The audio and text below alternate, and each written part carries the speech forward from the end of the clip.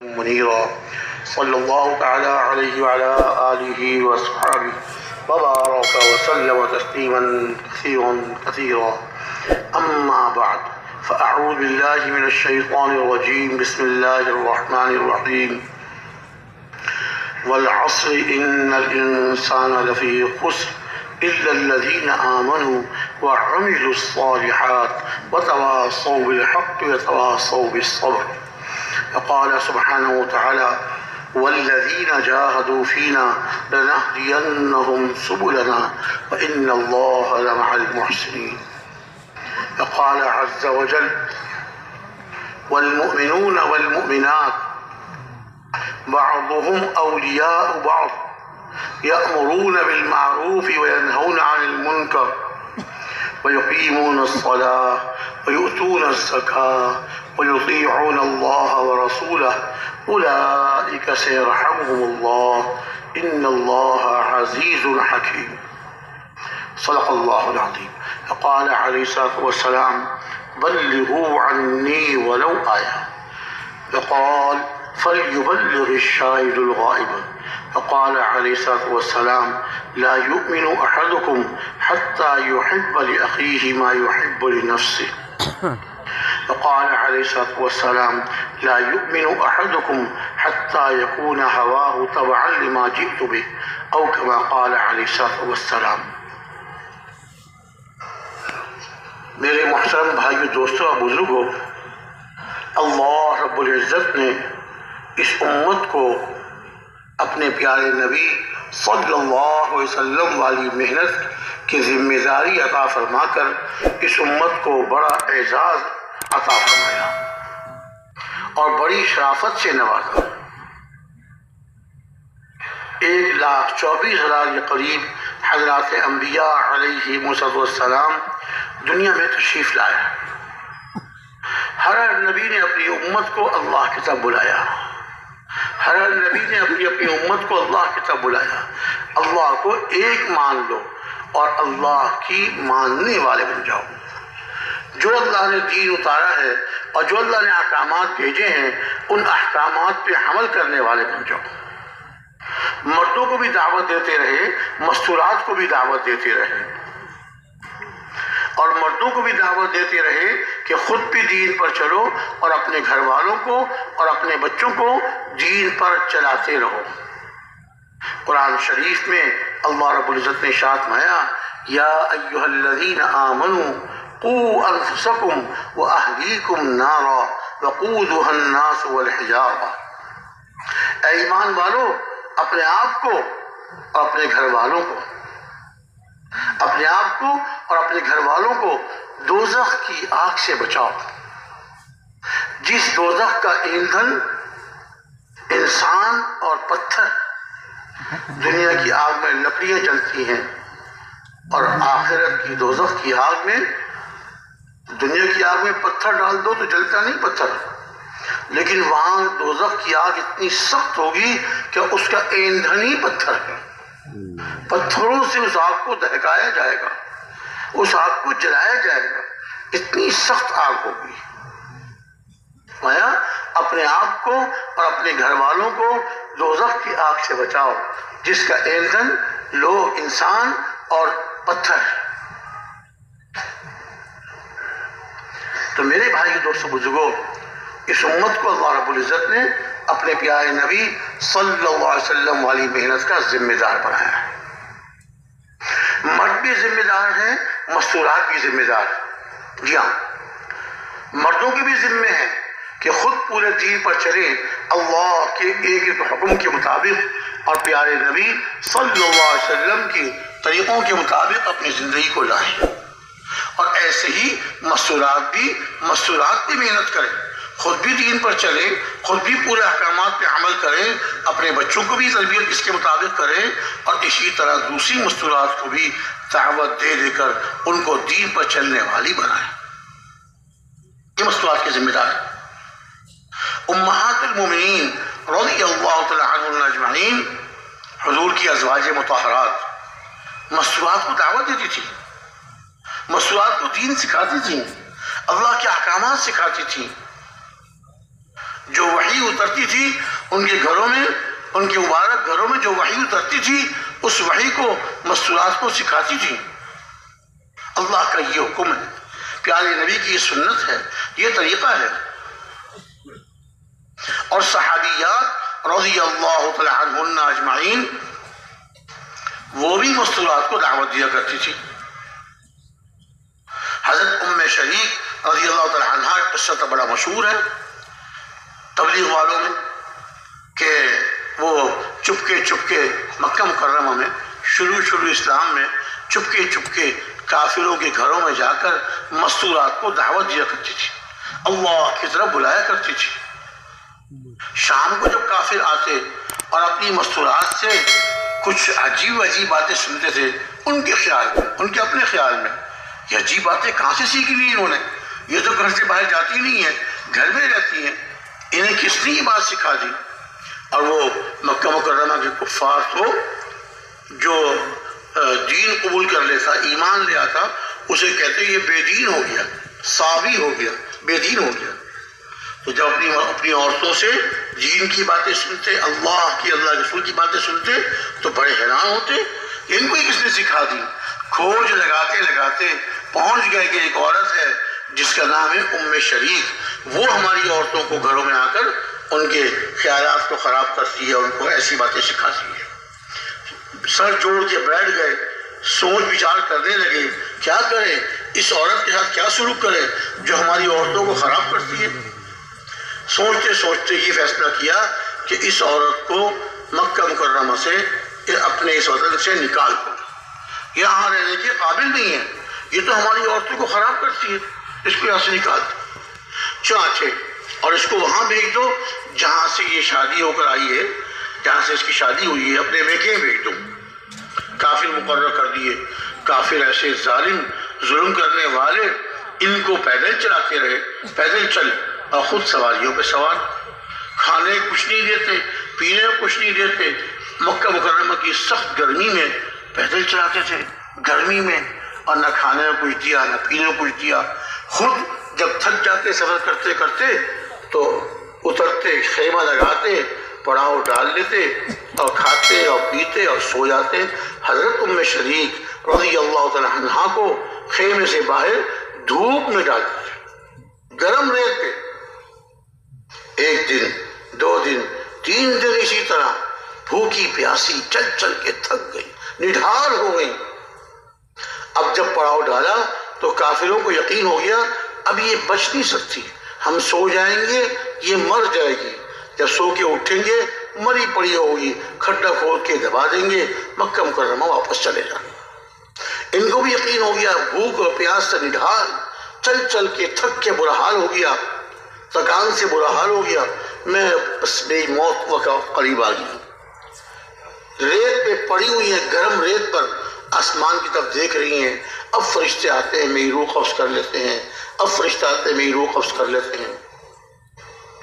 فرشتے تو آئے نہیں، اللہ تعالیٰ نے ان کے جمنے پر اور ان کی اس استقامت پر اللہ رب العزت نے آسمان سے ان کے لیے مدد اتار دی۔ وہ کیا؟ آسمان سے ڈول اتار دیا، بڑا ڈول سفید رسی سے بندھا ہوا، وہ آہستہ آہستہ نیچے آ رہا ہے۔ یہ ریت میں پڑی ہوئی دیکھ رہی ہیں کہ ڈول نیچے آ رہا ہے، ڈول نیچے آ رہا ہے، آہستہ آہستہ ان کے قریب پہنچ گیا، اٹھ کے بیٹھ گئی، دیکھتی کیا ہے کہ ڈول میں ٹھنڈا میٹھا پانی، ڈول میں ٹھنڈا میٹھا پانی، جنت کا پانی۔ اب اس ڈول سے پانی پیا، بڑا ڈول تھا، کچھ پانی کپڑوں پہ گر گیا، کچھ پانی زمین پہ گر گیا، جو گرمی لگ رہی تھی کپڑوں پانی گرنے سے گرمی لگی ختم ہو گئی، اور جو زمین پہ پانی گرا، ریت پہ پانی گرا، ریت گرم، ریت ٹھنڈی ہو گئی، اور وہ پانی پیا۔ اللہ تعالیٰ نے جنت کے اس پانی میں وہ تاثیر رکھی کہ بھوک بھی ختم، پیاس بھی ختم اور تکان بھی دور ہو گئی، حشاش بشاش بیٹھی ہوئی ہے، کوئی بھوک کا اثر نہیں، کوئی پیاس کا اثر نہیں، کوئی تکان کا اثر نہیں۔ اور یہ فرمایا کرتی تھی کہ اس پانی کو پینے کے بعد اللہ رب العزت نے میری پیاس ایسی بجھائی کہ پھر موت تک کبھی پیاس نہیں لگی۔ سخت گرمی میں میں دھوپ میں لیٹ جاتی، مجھے پیاس نہیں لگتی تھی، پیاس ہے۔ اللہ جب آدمی دین پر چلتا ہے، پورے دین پہ عمل کرتا ہے اور دین کی محنت کرتا ہے اور اس پر استقامت، مشقت آتی ہے، تکلیف آتی ہے، اس پر جمع رہتا ہے اور اللہ سے مانگتا رہتا ہے، اس پر استقامت اور ثابت قدمی کے ساتھ چلتا رہتا ہے، پھر اللہ رب العزت کی مدد آتی ہے۔ اللہ کی مدد ہمیں نظر نہیں آتی عام طور سے۔ بات کیا ہے کہ ہم نے ابھی تک اس مبارک محنت کو اپنی زندگی کا اصل کام نہیں بنایا، اپنا مقصد نہیں بنایا۔ جب اس کام کو اپنا کام بنا لیں گے اور اس کو اپنی زندگی کا مقصد بنا لیں گے، اپنا اوڑھنا بچھونا، اپنا جینا مرنا اس کام کے ساتھ کر لیں گے، ہم خود بھی اس پر آئیں گے، اپنے مستورات کو اپنے بچوں کو بھی اس پر لائیں گے، اپنی مستورات کو اپنے بچوں کو بھی اس پر لائیں گے، ان کا ذہن بھی بنائیں گے، ان کو بھی لے کے اللہ کے راستے میں نکلیں گے، اپنی مستورات کو لے کے اللہ کے راستے میں نکلیں گے، ان کا ذہن بنے گا، پورا گھرانہ اللہ کے دین پر چلنے والا اور اللہ کے دین پہ مر مٹنے والا اور اللہ کے دین کی محنت کرنے والا، اللہ کی مددیں ان کے ساتھ ہوں گی، اللہ کی مددیں ان کے ساتھ ہوں گی۔ اس خیال سے کہ ام شریک تو مر گئی ہوگی، باہر نکل کے جو دیکھا وہ تو حشاش بشاش بیٹھی ہوئی ہے، نہ بھوک کا اثر، نہ پیاس کا اثر اور نہ جو ہے تکان کا اثر۔ اے ام شریک، تو نے کہاں سے کھایا، کہاں سے پیا؟ اچھا اب ہم سمجھے، ہم سو گئے، تو نے ہمارے خیمے میں گھس کے ہمارا کھانا کھایا، ہمارا پانی۔ فرمایا کہ نہیں، نہ میں تمہارے خیمے کے اندر گئی، نہ میں تمہارا کھانا کھایا، نہ تمہارا پانی پیا۔ وہ بھاگتے اپنے خیمے میں گئے، جا کر دیکھا تو خیمے میں کوئی نہیں اندر آیا، ان کے جو کھانے پینے کی چیزیں ویسے کی ویسی رکھی ہوئی ہیں۔ پھر اب باہر آئے، پوچھا ام شریک تم نے کہاں سے کھایا؟ انہوں نے سارا واقعہ سنا دیا۔ اللہ نے ان کے دلوں پہ اتنا اثر ڈالا، ان کے جمنے پر اور ان کے اللہ سے مانگنے پر اللہ رب العزت نے ان کے لیے ہدایت کا دروازہ کھول دیا اور وہ کلمہ پڑھ کے مسلمان ہو گئے۔ جمنے پر اللہ کی مدد آتی ہیں اور اصل اللہ کی مدد یہی ہے، اصل اللہ کی مدد یہی ہے کہ اللہ تعالیٰ ہدایت کا دروازہ کھول دے۔ من احببت ولکن اللہ یہدی من یشاء، یقیناً آپ جس کو ہدایت دینا چاہے آپ ہدایت نہیں دے سکتے، ہدایت تو لیکن اللہ تعالیٰ جس کو چاہتے ہیں ہدایت دیتے ہیں، ہدایت اللہ کی طرف سے عطا ہوتی ہے۔ تو داعی کی اصل فکر، اصل سوچ، اصل محنت اس لیے ہے کہ اللہ رب العزت دنیا بھر کے تمام مسلمانوں کو خاص طور سے اور دنیا بھر کے تمام انسانوں کو اللہ تعالیٰ ہدایت کی دولت سے نوازتے ہیں، اللہ تعالیٰ ان کو دوزخ کی آگ سے بچاتے ہیں۔ ہم تو کافروں کے بھی ہمدرد ہیں، چاہتے ہیں کہ کافر بھی کلمہ پڑھ کے مسلمان ہو جائیں، مشرک ہیں، بت پرست ہیں، جی کسی بھی لامذہب ہیں اور کسی بھی مذہب سے تعلق رکھتے ہیں، سب کے لیے ہم خیر خواہ ہیں، سب کے لیے چاہتے ہیں کہ کلمہ پڑھ کے مسلمان ہو جائیں، اللہ کے عذابوں سے بچ جائیں، دوزخ کی آگ سے بچ جائیں۔ ہمارے پیارے نبی صلی اللہ علیہ وسلم اپنی امت کے لیے ہمدرد، اپنی امت کے لیے ہر وقت غمگین۔ صحابہ فرماتے ہیں جب آپ نماز پڑھتے تھے تو آپ کے سینے مبارک سے ایسی آواز آتی تھی جیسے چکی کے چلنے کی آواز ہوتی ہے، اور بعض دوسری روایت میں آتا ہے آپ کے سینے مبارک سے ایسی آواز نکلتی تھی جیسے ہنڈیا چولہے پہ رکھی ہوتی ہے اور جب وہ ابلنے لگتی ہے اس ابلنے کے وقت جو آواز نکلتی ہے ایسے آپ کے سینے مبارک سے آواز نکلتی ہے۔ ہر وقت آپ کو ایک ہی فکر کہ میری امت کا کوئی فرد بھی، میرا کوئی امتی بھی دوزخ میں نہ جائے۔ خدمت کرتا تھا، آپ کی خدمت کرتا تھا، کچھ دن گزرے وہ نہ آیا، آپ نے صحابہ سے پوچھا بھائی وہ یہودی کا لڑکا نہیں آ رہا؟ صحابہ نے عرض کیا کہ رسول اللہ بیمار ہے وہ۔ آپ نے شاہ میں اچھا آپ کو یہ فکر ہوئی ہے تو یہودی کا لڑکا، کہیں ایسا نہ ہو کہ وہ اسی حال میں دنیا سے چلا جائے۔ آپ فوراً اٹھے، صحابہ آپ کے ساتھ چلے، آپ اس لڑکے کی گھر، یہودی گھر تشریف لے گئے، اس بچے کی ہدایت کی امید میں، اس یہودی لڑکے کی ہدایت کی امید میں اس کے گھر تشریف لے گئے۔ جب گھر پہنچے دیکھا کہ وہ چارپائی پہ لیٹا ہوا ہے، آپ اس کے سرہانے بیٹھ گئے۔ سرہانے بیٹھ جانا یہ بھی شفقت ہے، شفقت سے سرہانے بیٹھ گئے اور پھر ارشاد آیا اے لڑکے تم لا الہ الا اللہ پڑھ لو، لا الہ الا اللہ کہہ لو۔ اس نے اپنے باپ کی طرف دیکھا، اس کے والد پاس کھڑے ہوئے تھے، باپ کی طرف دیکھا، باپ نے کہا اطیع ابا القاسم، حضرت ابو القاسم صلی اللہ علیہ وسلم کی اطاعت کر لو، جیسے کہہ رہے ہیں ان کی بات مان لو۔ اس لڑکے نے فوراً کلمہ پڑھ لیا، کلمہ پڑھ کے مسلمان ہو گیا، کلمہ پڑھ کے مسلمان ہو گیا. حضور خوش ہو گئے کہ میرا ایک امتی دوزخ کی آگ سے بچ گیا, میرا ایک امتی دوزخ کی آگ سے بچ گیا. وہاں سے آپ نکلے, آپ کا چہرہ خوشی سے چمک رہا تھا اور زبان مبارک پہ کیا تھا؟ الحمدللہ الذی انقذہ بی من النار. سب تعریف صلی اللہ کے لیے جس نے اس لڑکے کو میرے ذریعے سے دوزخ کی آگ سے بچا لیا. دوزخ کی آگ. میرے بھائی دوستو بزرگوں, ہمیں ساری امت کی فکر کرنی ہے, ساری امت کی فکر کرنی ہے. ہم ایک دعوت دینی ہے اور پوری امت کی ہدایت کی نیت سے اپنی مستورات کا, اپنے بچوں کا, ان کے رہنے کا انتظام کرنا, ان کے کھانے پینے کا انتظام کرنا, یہ مردوں کے ذمہ ہے. جسے کہتے ہیں آج کل نان نفقہ سکنا, نان نفقہ کھانا پینا اور سکنا جو ہے وہ رہنے کی جگہ, یہ مردوں کے ذمہ ہے. ایسے ہی ان کی دین کی فکر کرنا.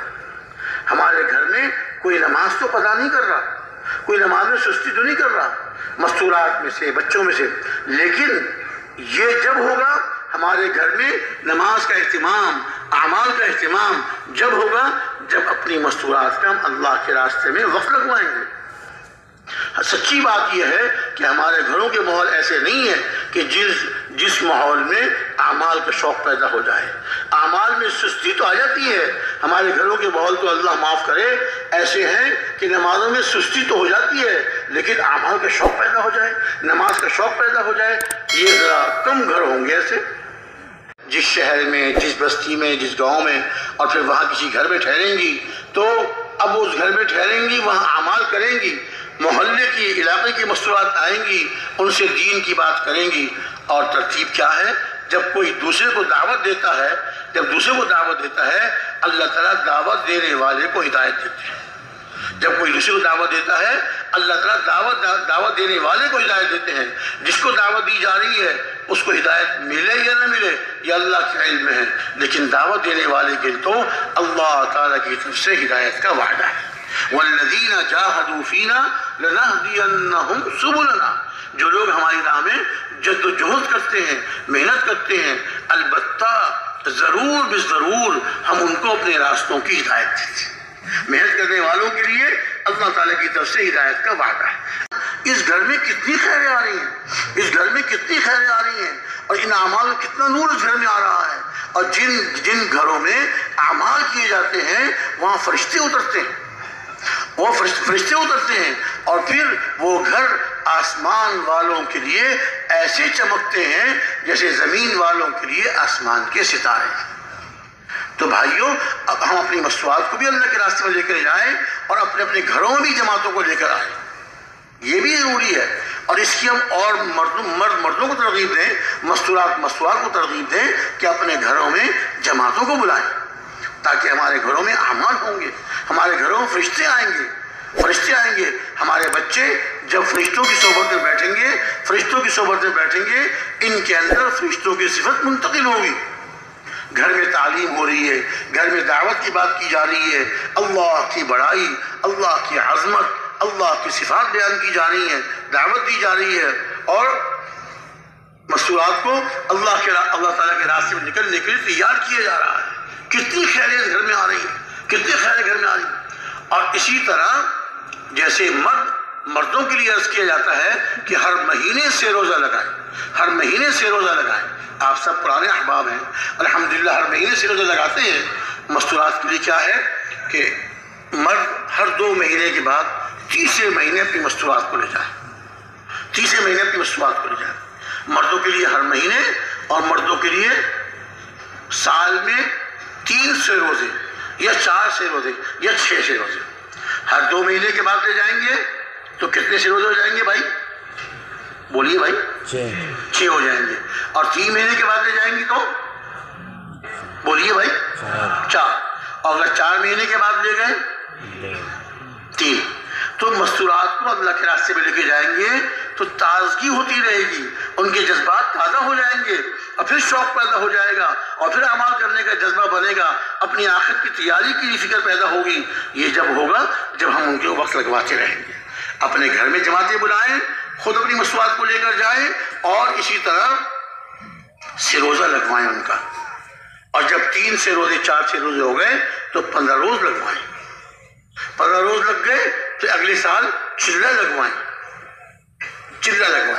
اور اس کے بعد جب ایک دفعہ 15 دن اور ایک دفعہ چلہ لگ گیا، اب بیرون ممالک میں 3 مہینے کے لیے اپنی مستویات کو لے کر جائیں۔ 3 ملکوں سے، دنیا کے ملکوں سے تقاضے آ رہے ہیں کہ اپنے یہاں کی مستورات جماعتوں کو بھیجیں۔ ہم مرد تو آپ حضرات کے پاس بیٹھ کر آپ سے فضائل سن کر، آپ سے دین کی بات سن کر ہمیں شوق پیدا ہو جاتا ہے، اللہ کے راستے میں نکل جاتے ہیں۔ ہماری مستورات کس سے سنیں؟ جمعے میں وہ نہیں جاتی، عید میں وہ نہیں جاتی، رمضان کے بعض مسجدوں میں جو علماء بیان فرماتے ہیں اسے مستورات نہیں جاتی۔ مستورات کے لیے لے دیکھے ایک یہی راستہ رہ جاتا ہے کہ جب کوئی مستورات کی جماعت آتی ہے ان کے پاس بیٹھتی ہیں، ان کی باتیں سنتی ہیں، مردوں کے بیان ہوتے ہیں، بیان سنتی ہیں، اس سے ان کو شوق پیدا ہوتا ہے اور اللہ کے راستے میں نکلتی ہیں۔ تو ملکوں سے تقاضے آ رہے ہیں کہ اپنی مستورات کی جماعتیں ہمارے یہاں بھیجیں تاکہ ہماری مستورات بھی دیندار بن جائیں، ہماری مستورات بھی دین پر چلنے والی بن جائیں، ہماری مستورات بھی داعیہ اور دعوت دینے والی بن جائیں۔ دیکھیے ہمارے بچوں کی تربیت، دینی تربیت ہو جائے، اس میں ماں کا بڑا دخل ہوتا ہے۔ ہم سب چاہتے ہیں، کیوں بھائی چاہتے ہیں کہ نہیں چاہتے کہ ہمارے بچے نیک بن جائیں؟ کیوں بھائی چاہتے ہیں کہ نہیں چاہتے؟